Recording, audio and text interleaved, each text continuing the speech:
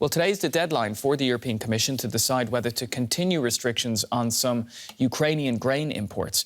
The EU has been helping Kyiv export food following the Russian invasion with what it calls solidarity lane export routes. But at the same time, Brussels has been blocking some sales in parts of Europe. It's a balancing act between supporting Ukraine and keeping member states and their grain producers happy. But now it's decision time. Grain exports were once the lifeblood of Ukraine's economy, feeding people around the world. Russia's war has severely disrupted Ukraine's Black Sea shipping routes, and a UN-brokered deal to get the grain moving again has fallen through. So sellers have been sending cereals through the European Union. But earlier this year, the influx of Ukrainian products saw prices plummet in nations like Poland, stretching solidarity to the limit and driving a political wedge between Kyiv and some of its closest allies. We are opening our hearts and our homes to Ukrainians, but we are not ready to sacrifice our country and our farmers. To cushion the blow to EU producers and harmonise a host of country-level curbs, the European Commission in May imposed restrictions on some Ukrainian grains. This temporarily halted sales in Bulgaria, Hungary, Poland, Romania and Slovakia. Ukraine can continue to export its products. It's just that they cannot be released for circulation in the 5 bordering countries. And this is very important because we wanted not only to support Ukraine, but also to ensure that the global security will not be affected because many third countries are dependent on exports from Ukraine. But trade experts say this stopgap solution sits in a legal grey zone. There's much of a question whether it is justified to have those import restrictions in place right now. But it's really a political, there's a lot of pressure in the cooker, if you will, to find a political solution that is more sustainable than simply the last couple of months where the can has been kicked down the road. Both sides are unhappy. While Kyiv says the EU embargo was unfair from the start, some countries covered by the ban say they'd be willing to act alone. We are absolutely adamantly against it because this move will violate the rules of the common market. This rule will violate the Ukraine-EU association agreement, this move.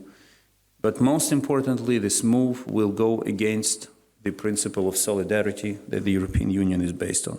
But farmers are voters, and with Polish and Slovakian elections on the horizon, politicians are competing to woo them. It seems the question of where these seeds can be sold will continue to sow division between Kyiv and its EU allies.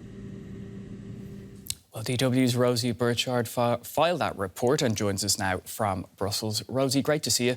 So, the ban expires today, but no formal decision has been made yet on whether to proceed with it. Could we expect the ban to be extended?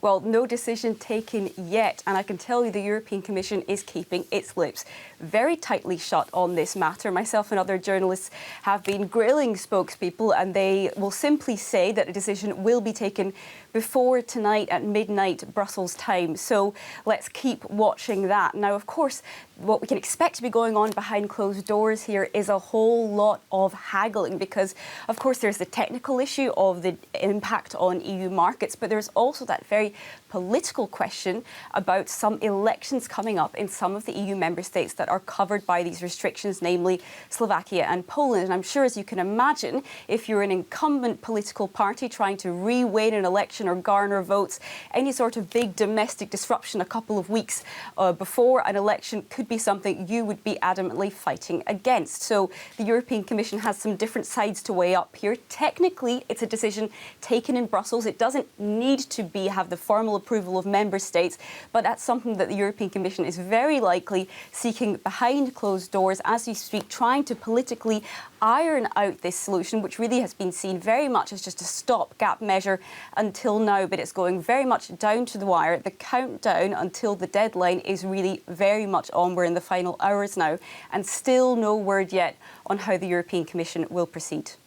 Rosie, what happens if countries try to impose the ban beyond the deadline? well, listen, that would throw up a lot of legal questions, whether they would be justified measures, whether that would ever hold up in a court of law. But I think the bigger political question would be that would be a sign of disunity within the European Union, disunity among the EU, between Brussels and some member states, and also disunity between the European Union and Ukraine. And of course, this whole issue of grain exports, trying to find these alternative routes by rail, by river, out of Ukraine into other countries, well, that's all been thrown up as part of the fallout of Russia's war in Ukraine. And unity is something the European Union takes very seriously when it's looking at its political image. It doesn't want to hand over anything to Russia in terms of looking like a disunited front here in Europe. So that's kind of some of the political fallout that might be expected, although of course yet we don't know how this is actually going to land in the coming hours. And you'll be on the story for us. Thanks, Rosie. DW's Rosie Birchard.